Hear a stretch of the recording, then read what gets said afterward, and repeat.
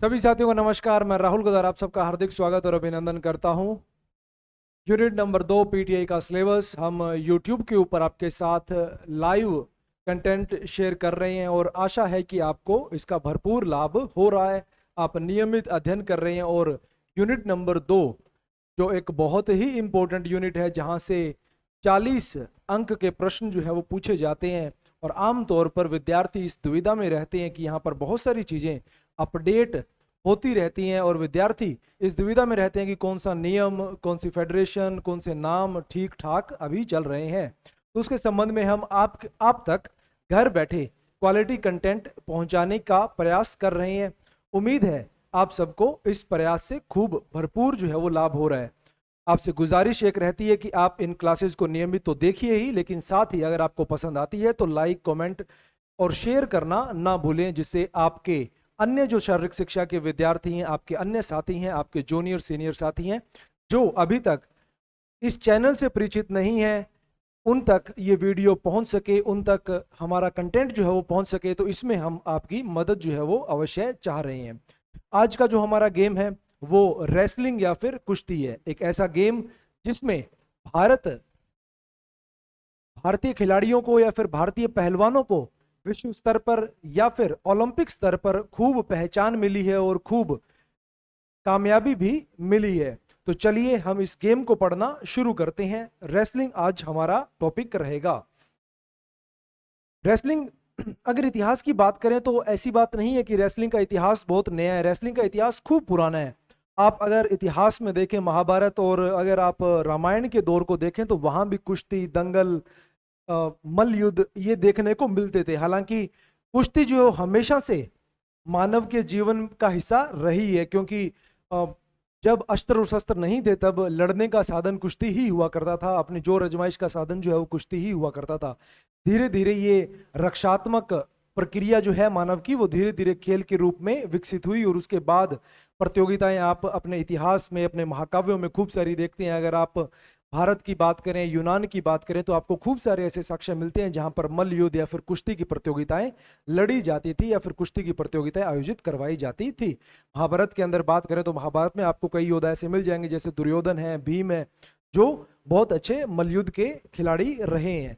तो बहुत एक लंबा इतिहास रहा है, लेकिन उसको व्यवस्थित करने में या फिर उस इतिहास को कुछ नियमों के ढांचे में पिरोने का काम जो किया वो एसोसिएशन या फिर संगठनों के द्वारा ही किया जाता है। तो उसी क्रम के अंदर जो अंतर्राष्ट्रीय स्तर के ऊपर एक महत्वपूर्ण भूमिका जो एक संगठन निभा रहा है आज के दिन, जिसको हम गवर्निंग बॉडी के रूप में भी जान सकते हैं, गवर्निंग एसोसिएशन के रूप में भी जान सकते हैं, या फिर हिंदी में जिसको शासी निकाय भी कह सकते हैं, United world wrestling, United UWW के नाम से इसको डिनोट किया जाता है, यूनाइटेड वर्ल्ड रेसलिंग के नाम से इसको जाना जाता है। इसकी स्थापना तो 1912 में होती है। इसकी स्थापना कब होती है महत्वपूर्ण है, आपने ध्यान रखना है। 1912 में इसकी स्थापना होती है, 1912 में इसकी स्थापना होती है। लेकिन इसका जो पुराना नाम है वो कई बार पूछ लिया जाता है। मैं बार बार ये जो जब से ये सेक्शन शुरू हुआ है, हमने यूट्यूब के ऊपर जब से कंटेंट आपको निःशुल्क प्रोवाइड करवाना शुरू किया तो उसमें खूब बार इस बात का जिक्र हो चुका है कि FIBA बास्केटबॉल से संबंधित है, FIVB वॉलीबॉल से संबंधित है, FINA फिना जो पुराना नाम किसका रहा है, स्विमिंग का पुराना नाम रहा है, स्विमिंग एसोसिएशन का पुराना नाम रहा है, FIFA FIFA किससे संबंधित है, फुटबॉल से संबंधित है। इसी तरह से आप यहाँ पर देख रहे हैं FILA फिला जो है वो कुश्ती से संबंधित रहा है। पूर्व में परीक्षाओं में ऐसे प्रश्न पूछे जा चुके हैं जहां पर ये इसी तरह से 4 अक्षरों का नाम है, F से शुरू हो रहा है, FIFA FIVB FIBA FILA FINA। तो इस तरह से 4-5 नाम आपको दिए जा सकते हैं और मिलान करवाने के लिए आपको क्वेश्चन इस तरह का पूछा जा सकता है। तो आपने ध्यान रखना है कि पुराना नाम भी आपने ध्यान रखना है। पीला जो है FILA उसका संबंध किसके साथ है, यूनाइटेड वर्ल्ड रेसलिंग के साथ उसका संबंध है, यानी कि इसका पुराना नाम था। मुख्यालय इसका कहां पर है, जो आप लोजेन पढ़ रहे हैं, बार बार लुसाने पढ़ रहे हैं, लोजेन पढ़ रहे हैं, उसके बाहर स्विट्जरलैंड में ही स्थित है। अगर एग्जैक्ट एड्रेस पूछ ली जाए तो एग्जैक्ट अगर कस्बा पूछ लिया जाए तो कॉर्सियर सुर वेवे एक जगह है, वहां पर इसका मुख्यालय है, लेकिन ये लोजेन या फिर स्विट्जरलैंड के अंदर इसको आप काउंट कर सकते हैं। भारतीय एसोसिएशन की बात करें तो world wrestling federation of India, भारतीय कुश्ती संघ, 27 जनवरी 1967 को इसकी स्थापना होती है। 27 जनवरी 1967 को इसकी स्थापना होती है। मुख्यालय इसका नई दिल्ली में है और वर्तमान अध्यक्ष कौन है? संजय सिंह है। फर्स्ट ग्रेड के जो विद्यार्थी हैं वो इसके बारे में थोड़ा सा ध्यान रखिएगा, क्योंकि अध्यक्ष वो पूछे जाते हैं जो विवाद के घेरे में रहे हैं, या फिर वो एसोसिएशन पूछी जाती है जो विवाद के घेरे में रही है। अगर आप अखबार पढ़ते हैं, अगर आप भारतीय खेल जगत में होने वाली गतिविधियों से परिचित हैं, तो आप जानते हैं कि खूब लंबा संघर्ष या फिर खूब लंबी खींचातान चली है अध्यक्ष पद को लेकर। एक विवादों के अंदर रेसलिंग फेडरेशन ऑफ इंडिया, विवादों के अंदर इसका लंबा जो है वो नाता रहा है। खूब सारा, आप पीछे अभी 2-3 साल पहले आप देखते आए हैं कि अध्यक्ष से संबंधित खूब सारी परेशानियों में यह एसोसिएशन रहा है। तो 2 एसोसिएशन के बारे में बात की, 2 गवर्निंग बॉडीज के बारे में बात की, 2 शासी निकाय के बारे में बात की। अंतर्राष्ट्रीय स्तर के ऊपर जो शासी निकाय है यूनाइटेड वर्ल्ड रेसलिंग है, जिसकी स्थापना 1912 में हुई है, और भारत में रेसलिंग फेडरेशन ऑफ इंडिया, जिसकी स्थापना 1967 में होती है। एक बार हम कंप्लीट करते हैं। जो अध्यक्ष की बात हो रही है, अध्यक्ष का जो आप मुद्दा देख रहे हैं, उसमें आप यहाँ पर तस्वीरें देख रहे हैं, बजरंग पूनिया और साक्षी मलिक की तस्वीरें देख रहे हैं। ये दोनों ही भारत की तरफ से पदक विजेता हैं ओलंपिक स्तर के ऊपर, और इनका विवाद जो है ब्रजभूषण नाम से जो पहले पूर्व अध्यक्ष थे उनके साथ इनका विवाद जो है वो चल रहा था। और अभी जो नए अध्यक्ष बनाए गए हैं उनकी तस्वीर आप यहां पर देख रहे हैं, संजय सिंह। महत्वपूर्ण चीज है, जो भी फर्स्ट ग्रेड के लिए अभी जा रहा है या फिर जब भी आप कोई भी एग्जाम देने जाएं, तो उससे पहले थोड़ा सा आप करंट अफेयर से थोड़ा सा जरूर परिचित रहें कि आसपास भारत में या फिर अंतर्राष्ट्रीय स्तर के ऊपर अगर कोई भी एसोसिएशन, कोई भी संगठन विवादों में घिरा हुआ है, वहां पर अध्यक्ष को बदला गया है, अध्यक्ष को हटाया गया है, सरकार ने वहां पर इंटरवीन किया है या फिर मध्यस्थता की है या फिर हस्तक्षेप किया है अगर संगठन के काम में, तो वहां पर आपने ध्यान रखनी है कि कौन से वो संगठन है, कौन से वो अध्यक्ष हैं, कौन पुराने अध्यक्ष है, कौन नए अध्यक्ष हैं। अब हो सकता है कि इन अध्यक्षों को छोड़कर इन खिलाड़ियों के बारे में प्रश्न पूछ लिया जाए, तो किसी भी तरीके से प्रश्न जो है वो पूछा जा सकता है कि इन्होंने कब मेडल जीते हैं, ऐसे प्रश्न भी पूछे जा सकते हैं। तो आप भारतीय जो कुश्ती संघ है उसके संबंध में थोड़ी सी जानकारी आप रखिएगा। पीछे दोबारा लौट कर आता हूं। ये हमारा टेलीग्राम चैनल है। आशा करता हूं कि आप अभी तक जुड़ गए होंगे, जो भी वीडियो देख रहे हैं। अगर नहीं जुड़े हैं तो बड़ी काम की चीज है आपकी। अगर शारीरिक शिक्षा के आप विद्यार्थी हैं और शारीरिक शिक्षक बनना चाहते हैं, तो आप इस टेलीग्राम चैनल को जरूर जो है वो ज्वाइन कीजिए। हमारी जो क्लासेस होती हैं उनके लिंक्स आपको वहां पर नियमित रूप से मिलते हैं। इसके साथ ही हमारी ऐप के ऊपर जो भी डिस्काउंट्स आएंगे, जो भी कोर्स आने वाले हैं, जो भी टेस्ट सीरीज आने वाली है, हमारे नोट्स या हमारे पुस्तक जो आने वाली है, उन तमाम सब के बारे में उन सब के बारे में जानकारी जो है आपको इस टेलीग्राम चैनल पर मिलती है। इसके साथ ही बहुत रचनात्मक ढंग से पेश की हुई शारीरिक शिक्षा की जानकारियां आपको मिलती है और क्वेश्चन आंसर भी आपको यहाँ पर खूब सारे मिलते हैं। करंट अफेयर से आप अपडेट रहते हैं। तो अगर आप शारीरिक शिक्षा के विद्यार्थी हैं तो आप बिना देरी किए, बिना झिझक किए आप यहाँ पर इस चैनल के साथ जुड़ सकते हैं। आगे बढ़ते हैं। चलिए मापन पर आते हैं। यहाँ पर मापन थोड़ा सा महत्वपूर्ण है, थोड़ी सी चीजों के बारे में आपने यहाँ पर ध्यान रखना है। कुश्ती का मैट जो है वो लाल और नीले रंग का होगा, लाल और नीले रंग का, क्योंकि जो खिलाड़ी हैं उनके जोन जो बनेंगे या फिर उनकी जो साइड्स बनेंगी वो 2 तरह की होगी। खिलाड़ी की जो पोशाक पहनी होगी, एक लाल रंग की पोशाक होगी और एक नीले रंग की पोशाक होगी, तो इसलिए मैट जो है वो 2 रंग का यहाँ पर होगा। मैदान जो है वो 12x12 का होगा। ये एक बड़ा महत्वपूर्ण पॉइंट है, इसके बारे में थोड़ा सा ध्यान रखिए। 12x12 का मैदान होगा, यानी कि पूरे का पूरा जो क्षेत्र आप देख रहे हैं ये 12x12 का है, 12 और इस तरफ भी 12। अंदर सर्किल का व्यास, जो प्लेइंग एरिया है जहां पर कुश्ती होती है, ये जो आप अंदर का एरिया देख रहे हैं, या फिर हमारे पास इससे बेहतर एक और तस्वीर है, यहाँ पर आप देख रहे हैं 12x12 का। यहाँ पर जो नीला रंग देख रहे हैं, नीला रंग तो 12x12 का है। इसके अलावा जो अंदर ये नीला रंग देख रहे हैं, जहां पर आप गोल घेरे के अंदर देख रहे हैं, उसका डायमीटर या फिर उसका व्यास कितना है? 7 मीटर है। उसका व्यास या उसका डायमीटर कितना है? 7 मीटर है। बहुत महत्वपूर्ण है। आपने 12x12 याद रखना है, उसके बाद 7 मीटर आपने ध्यान रखना है। उसके बाद इसके इर्द गिर्द आप यहाँ पर जो एक, यहाँ पर आप संतरी रंग में देख रहे हैं और यहाँ पर आप लाल रंग में देख रहे हैं, यहाँ पर आप लाल रंग में देख रहे हैं। ये जो लाल रंग में आप देख रहे हैं ये कौन है? पैसिविटी जोन है, या फिर इसको सेफ्टी जोन भी कह सकते हैं। ये पैसिविटी जोन है।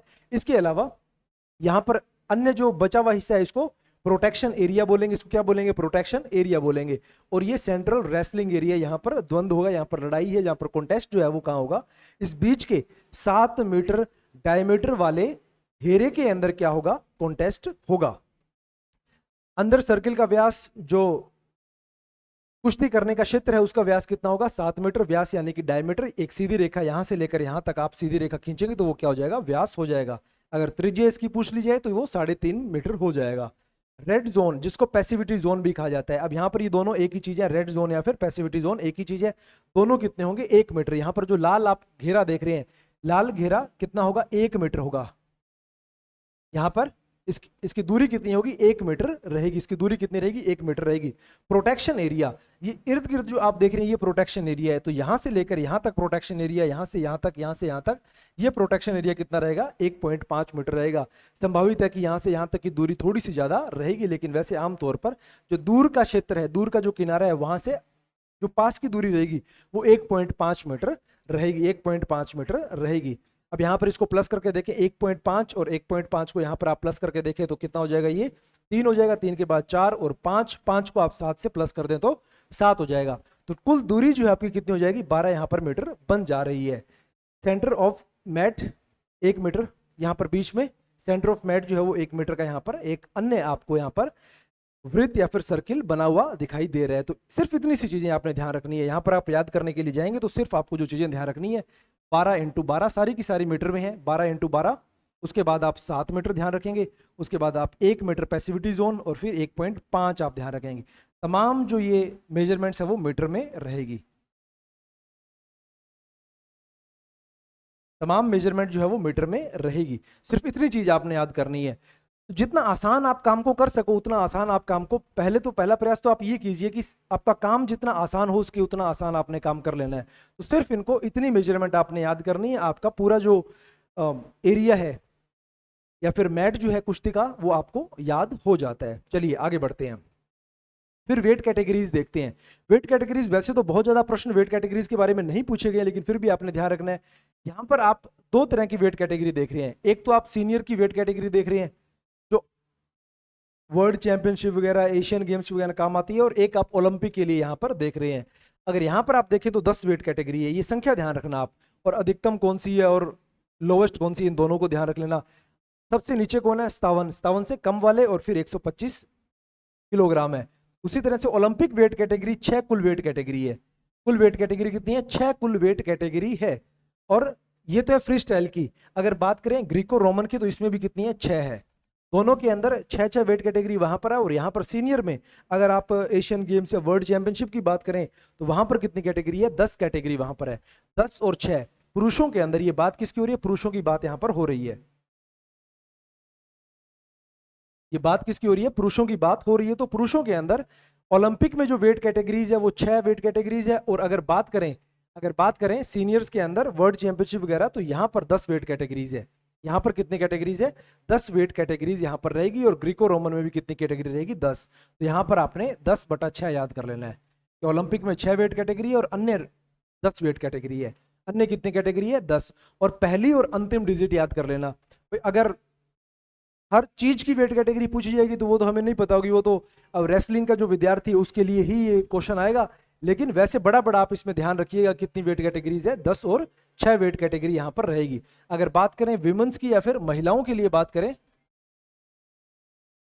अगर बात करें महिलाओं के लिए तो महिलाओं के लिए ओलंपिक में कितनी वेट कैटेगरी है, 6। और यहाँ कितनी है, 10। सेम चीज यहाँ भी अप्लाई होगी। यहाँ पर लेकिन लोवेस्ट जो वेट है वो 76 रहेगा। यहाँ भी लोवेस्ट कितना रहेगा, 76 रहेगा। हाईएस्ट 76 रहेगा। और यहाँ पर 50 और यहाँ पर 50। तो दोनों की दोनों 50 से शुरू हो रही है और 76 पर ये वेट कैटेगरी जा रही है। और एक तरफ 10 है और एक तरफ 6 वेट कैटेगरीज है। तो वेट कैटेगरीज पुरुष और महिलाओं के लिए, दोनों के लिए वेट कैटेगरीज आपने ध्यान रखनी है। दोनों के लिए वेट कैटेगरी आपने ध्यान रखनी है। चलिए आगे बढ़ते हैं। यूनाइटेड वर्ल्ड रेसलिंग, अब यहां पर जो भी वेट कैटेगरी है उनके मुकाबले जो है वो 2 दिन में करवाए जाएंगे। यानी कि हर वेट कैटेगरी के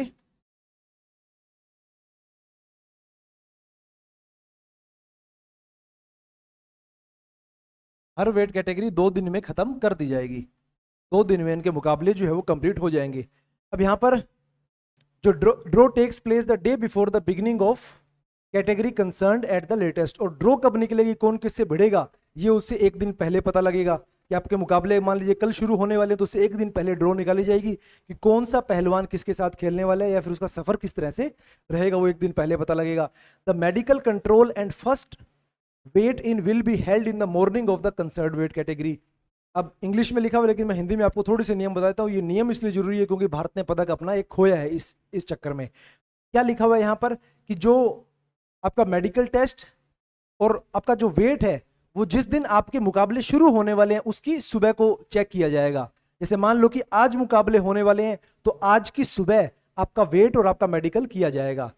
the qualified athletes for the final and repechage will be weigh in again for the second morning of the concerned weight category. और अगर खिलाड़ी सेमीफाइनल और फाइनल में चले जाते हैं, जाहिर सी बात है कि एक ही दिन में सारे मुकाबले नहीं खेलेगा।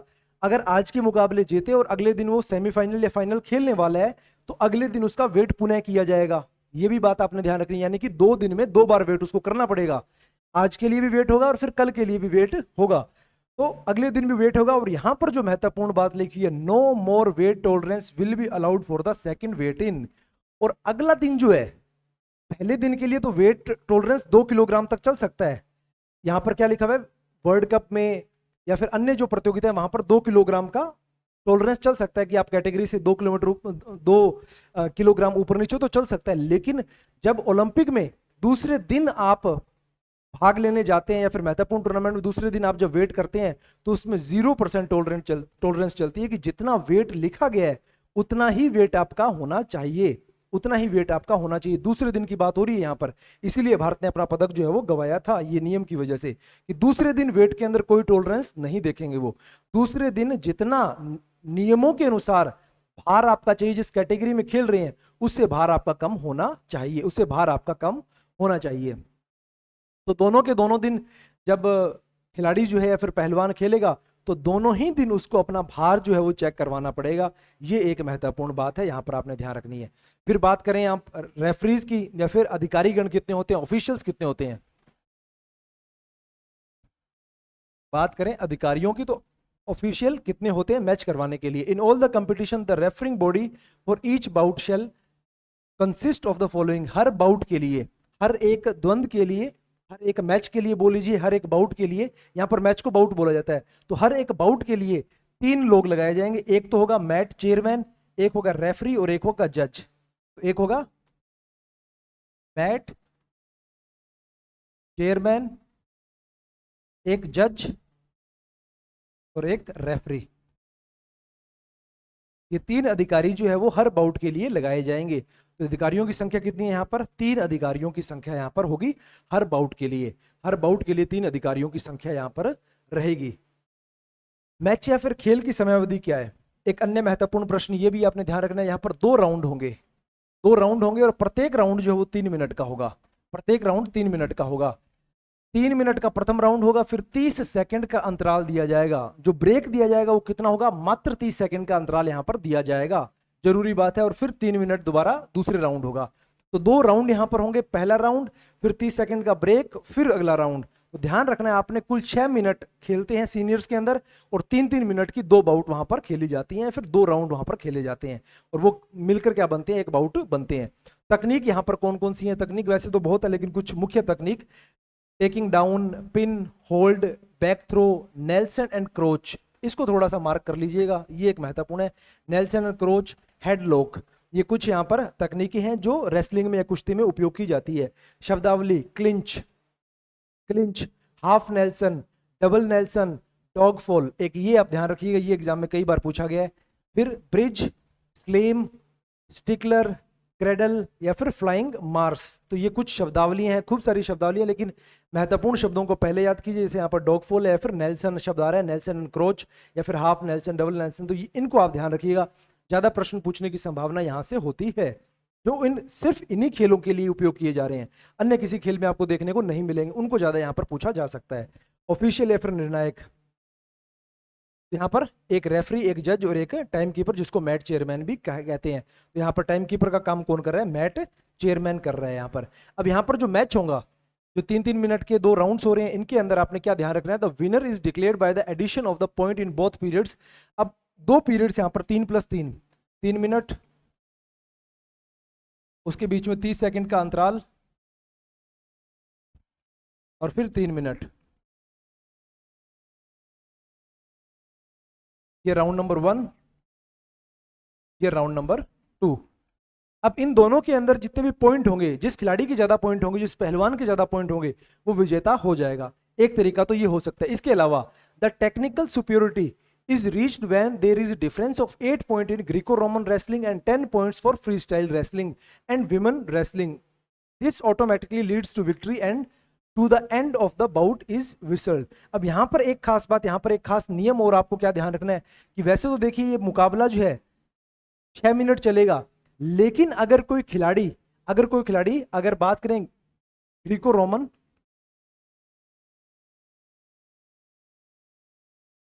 रोमन में 8 अंक और फ्री स्टाइल और महिलाओं में 10 अंक की बढ़त हासिल कर लेता है, चाहे वो पहले ही मिनट में हासिल कर ले, पहले मिनट में, पहले 2 मिनट में, 3 मिनट में, जब मर्जी, जब भी वो इतनी बढ़त हासिल कर लेगा तो मुकाबला वहीं रोक दिया जाएगा, वहीं मुकाबला खत्म हो जाएगा। टेक्निकल सुपीरियोरिटी के नाम से या फिर तकनीकी रूप से बहुत ज्यादा एडवांस है खिलाड़ी, ऐसा हवाला देकर मुकाबला जो है वो रोक दिया जाता है जब ग्रीको रोमन में 8 अंक की बढ़त बना लेता है और फ्री स्टाइल में 10 अंक की बढ़त बना लेता है। ये एक महत्वपूर्ण पॉइंट हो सकता है, महत्वपूर्ण ये पॉइंट हो सकता है, इसको आप ध्यान रखिएगा, इसको नोट डाउन कर लीजिएगा। ये एक नई चीज भी है, ये एक नई चीज भी है। ग्रीको रोमन के अंदर जब 8 अंक की बढ़त होगी और फ्री स्टाइल में जब 10 अंक की बढ़त होगी तो मुकाबले को क्या कर दिया जाएगा, रोक दिया जाएगा, मुकाबले को रोक दिया जाएगा टेक्निकल सुपीरियोरिटी के नाम से, टेक्निकल सुपीरियोरिटी के नाम से मुकाबले को रोक दिया जाएगा। चलिए, कुश्ती में प्रथम अर्जुन पुरस्कार विजेता कौन है, यह प्रश्न पूछा जा चुका है, इसके बारे में थोड़ा सा आपने ध्यान रखना है। उदय चंद, पहलवान उदय चंद, यहां पर आप तस्वीर देख रहे हैं 1961 में जो पहला ग्रुप था जिसको अर्जुन पुरस्कार दिए गए, उसमें पहलवान उदय चंद भी थे। कुश्ती में प्रथम मेजर ध्यानचंद खेल रत्न पुरस्कार किसको दिया गया, सुशील कुमार को 2008-9 में दिया गया। प्रथम द्रोणाचार्य पुरस्कार विजेता कौन है, बालचंद्र भास्कर है 1985 में। प्रथम भारतीय एथलीट जिसने स्वतंत्रता पश्चात व्यक्तिगत स्पर्धा में कोई पदक जीता, क्या नाम है, केडी जाधव। खाशाबा दादा साहेब जादव, कुश्ती के अंदर कांस्य पदक जीता इन्होंने 1952 हेलेंसिकी ओलंपिक के अंदर इन्होंने पदक जो है वो जीता था। तो उदय चंद ध्यान रखना है आपने, और इनके बारे में प्रश्न पहले खूब पूछे जाते थे, आजकल रिसेंटली इनके बारे में प्रश्न जो है वो ज्यादा नहीं पूछे गए हैं। इसके अलावा वो कौन कौन से पहलवान हैं उनके बारे में भी देखते हैं, या फिर कौन कौन से खिलाड़ी हैं जिन्होंने ओलंपिक स्तर के ऊपर पदक जो है वो जीते हैं, ओलंपिक स्तर पर जिन्होंने पदक जीते हैं। तो यहाँ पर अगर क्रम से हम यहाँ पर देखें तो कुश्ती में ओलंपिक स्तर पर भारत में कौन कौन से पदक आए हैं, तो पहले हैं केडी जाधव, जिनका उपनाम ध्यान रखना है, खूब बार पूछा गया, पॉकेट डायनेमो जिनको कहते हैं, जिनको क्या कहते हैं, पॉकेट डायनेमो जिनको कहते हैं, पॉकेट डायनेमो, अपने नाम ध्यान रखना है। 1952 में हेलेंसिकी ओलंपिक में इन्होंने कांस्य पदक जीता था। फिर अगला जो पदक भारत का कुश्ती में आया है उसके लिए खूब लंबा आपको इंतजार करना पड़ा है। यहाँ पर ये जो पदक आया 2008 में आया, तो यहाँ से आप 52 से 8 का अगर काउंट करोगे तो लगभग 56 साल का इंतजार भारत को करना पड़ा है। तो सुशील कुमार 2008 में कांस्य पदक लेकर आते हैं और 2012 में ये रजत पदक लेकर आते हैं। तो ये ऐसा मान लीजिए कि एकमात्र ऐसे खिलाड़ी बने जो 2 बार व्यक्तिगत में, अगर आप नॉर्मन प्रिचार्ड उन्होंने 2 एक ही ओलंपिक में जीते, यहाँ पर ये पहले खिलाड़ी बने जिन्होंने 2 अलग अलग ओलंपिक में मेडल जीते हैं। 2008 में भी जीता और फिर 2012 में भी इन्होंने पदक जीता है व्यक्तिगत इंडिविजुअल के अंदर। तो 2008 में कांस्य पदक और 2012 में रजत पदक इन्होंने जीता है। फिर तीसरे एथलीट को ना योगेश्वर दत्त है जिन्होंने 2012 में रजत पदक जीता है, या फिर सिल्वर मेडल 2012 में जीता है योगेश्वर दत्त ने। बात करें योगेश्वर दत्त के बाद साक्षी मलिक की, 2016 में कांस्य पदक इन्होंने जीता है। अब यहां पर ध्यान रखिएगा, साक्षी मलिक जो है वो प्रथम पहलवान है, महिला पहलवान है जिन्होंने कुश्ती में पदक जीता है, ये बात इनके बारे में ध्यान रखनी है। हालांकि अगर मेडल की बात करें तो इनसे पहले ये कारनामा साइना नेहवाल और कर्णम मल्लेश्वरी कर चुकी हैं, पदक जीतने का कार्य पहले हो चुका है। लेकिन अगर बात करें कुश्ती के अंदर किस महिला ने पदक जीता सबसे पहले, तो नाम किसका आएगा, साक्षी मलिक का नाम आएगा, जिन्होंने 2016 के रियो ओलंपिक में कांस्य पदक जीता है। बात करें रवि कुमार दहिया की, 2020 टोक्यो ओलंपिक जो 2021 में हुए, हालांकि कोविड की वजह से थोड़ा लेट हुए, तो वहां पर इन्होंने सिल्वर मेडल जीता है, वहां इन्होंने सिल्वर मेडल जीता है। बजरंग पूनिया 2020 टोक्यो ओलंपिक में कांस्य पदक जीतने में कामयाब रहे और अभी हाल फिलहाल 2024 के पेरिस ओलंपिक में अमन सहरावत ने कांस्य पदक जीता है। तो कुल 7 पहलवान हैं और मेडल कितने हैं? 8 हैं। मेडल कितने हैं यहाँ पर हमारे पास? 8 मेडल हैं कुश्ती के अंदर। लेकिन पहलवान कितने हैं? 7 पहलवान हैं, जिनमें एक महिला पहलवान भी शामिल है, साक्षी मलिक। बहुत छोटी सी क्लास थी, बहुत ज्यादा जानकारी यहाँ पर नहीं पूछी जाती है। 2-4 यहाँ पर शब्दावली, डॉग फॉल, नेल्सन, ये नाम ध्यान रखिएगा। इसके अलावा यहाँ पर बाउट जो है वो 2 राउंड्स में होती है, 3-3 मिनट के 2 राउंड होंगे, बीच में 30 सेकंड का आराम मिलेगा। 3 यहाँ पर ऑफिशियल्स होंगे, 3 यहाँ पर ऑफिशियल्स होंगे। 8 अभी तक मेडल आ चुके हैं, 7 पहलवान मेडल आ चुके हैं। सुशील कुमार के 2 मेडल आए हैं, तो उसको आप एक बार थोड़ा जरूर साथ में याद रखिएगा। अभी हाल फिलहाल बिल्कुल लेटेस्ट के अंदर बात करें तो अमन सहरावत का मेडल आया अभी पेरिस ओलंपिक में। प्रथम मेडल की बात करें तो केडी जादव का मेडल 1952 हेलेंसिकी ओलंपिक में आया था। केडी जादव के संबंध में इनका निक नेम पहले खूब बार पूछा गया है। पॉकेट डायनमो इनका उपनाम है, इनका निक नेम है। इसके बारे में थोड़ा जरूर गौर करके रखिएगा। अगर बात करें प्रथम अर्जुन पुरस्कार की तो पहलवान उदय चंद को मिला है। अगर बात करें पहले खेल रत्न की तो सुशील कुमार को ओलंपिक में पदक आने के बाद खेल रत्न से नवाजा गया था। ये जानकारी भी आपने ध्यान रखनी है। और दोनों गवर्निंग बॉडीज, चाहे यूनाइटेड वर्ल्ड रेसलिंग हो या फिर भारत की रेसलिंग फेडरेशन ऑफ इंडिया हो, दोनों बॉडीज को आपने ध्यान रखना है। इनकी स्थापना कब कब होती है ये भी आपने ध्यान रखना है। और साथ में अभी हाल फिलहाल भारतीय जो संघ है उसके अध्यक्ष कौन है? संजय सिंह है। और कौन विवादों में रहे हैं? ब्रजभूषण सिंह विवादों में रहे हैं। और कौन से खिलाड़ी इनके ऊपर आरोप लगा रहे थे? उनके अंदर आप साक्षी मलिक का नाम याद रख सकते हैं और योगेश्वर दत्त का नाम याद रख सकते हैं। 2 प्रमुख खिलाड़ी जो ओलंपिक में मेडल जीत चुके हैं। तो 2 प्रमुख खिलाड़ी आप यहां पर नाम याद रख सकते हैं। चलिए, इसी के साथ हमारी जो बहुत ही संक्षिप्त में क्लास थी, क्योंकि छोटे छोटे गेम है, बहुत ज्यादा इनके अंदर मटेरियल इतना नहीं है। कुछ खिलाड़ियों के नाम आपने याद रखने हैं, कौन कौन से खिलाड़ी हैं जो रेसलिंग से संबंध रखते हैं या फिर कुश्ती से संबंध रखते हैं। इन खिलाड़ियों के बारे में ध्यान रखना है। इसके अलावा अन्य एक महत्वपूर्ण जानकारी, टेलीग्राम चैनल तो आपको ज्वाइन करना ही है, लेकिन साथ में अगर आप कोई एक ऐसा प्लेटफॉर्म ढूंढ रहे हैं या फिर एक ऐसा विकल्प ढूंढ रहे हैं कि जहां पर आप जुड़े और आपकी तैयारी जो है वो बहुत बेहतरीन ढंग से हो सके, एक प्लेटफॉर्म जहां पर आपको बहुत बेहतरीन क्वालिटी के नोट्स मिल सकें, आपको बेहतरीन क्वालिटी की वीडियो क्लासेस मिल सके, पूरा का पूरा कोर्स वीडियो क्वालिटी, अच्छी वीडियो क्वालिटी के अंदर या फिर अच्छे कंटेंट क्वालिटी के साथ आपको मिल सके, बहुत बेहतरीन आपको टेस्ट सीरीज मिल सके, तो एक प्लेटफॉर्म तैयारी कर लो। आपके लिए ये तमाम व्यवस्थाएं करके बैठा है। तो आपको तैयारी कर लो, ऐप को डाउनलोड करना है, ये आपको ऐप स्टोर में भी मिलेगी और एप्पल स्टोर में भी मिलेगी।